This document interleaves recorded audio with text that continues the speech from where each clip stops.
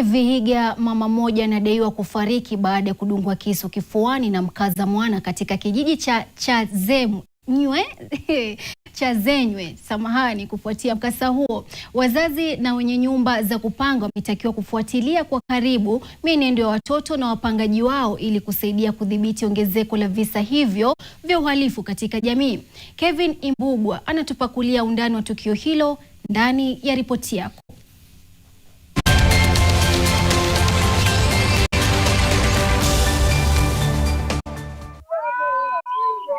Visa vya mauaji vya unyama vyatikisa kaunti ya Vihiga. Ilikuwa saa 5 karibu na nusu ambapo mvua ilikuwa inanyesha.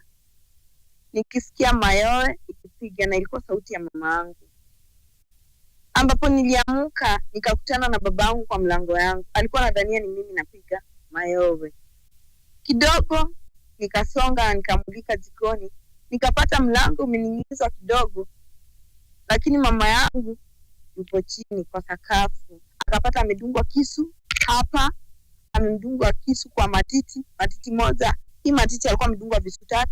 Hii matiti alikuwa amedungwa visu 2. Mimi sikubahatisha, nilikuwa sure bet ni baba ya mtoto wangu, ambapo alituma vitisho, akatuzia uoga, akasema kama nimemkataa atakuja kuangamiza kwetu, anakuja kutuchomea kwa nyumba. Nilipokea simu kutoka kwa mzee wa mtaa kwamba kuna mama ambaye amedungwa visu na alikuwa anaenda kujisaidia hapo kando ya nyumba yake, akadungwa visu.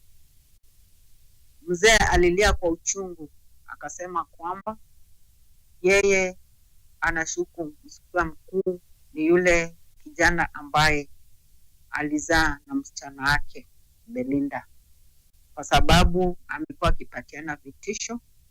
Hata juzi alipatiana vitisho, akasema kwamba ata revenge. Kutokana na kisa hiki cha kuhuzunisha, wazazi wanaraiwa kufahamu mienendo na tabia za wana wao, na wamiliki nyumba za kukodesha kufahamu tabia za wapangaji ili kuzuia visa vya uhalifu na visa vya utovu wa kinidhamu. Nikiripotia NTV Mashinani kutoka kata ya Mungoma, eneo bunge la Vihiga, kaunti ya Vihiga, langu jina ni Kevin Imbugwa.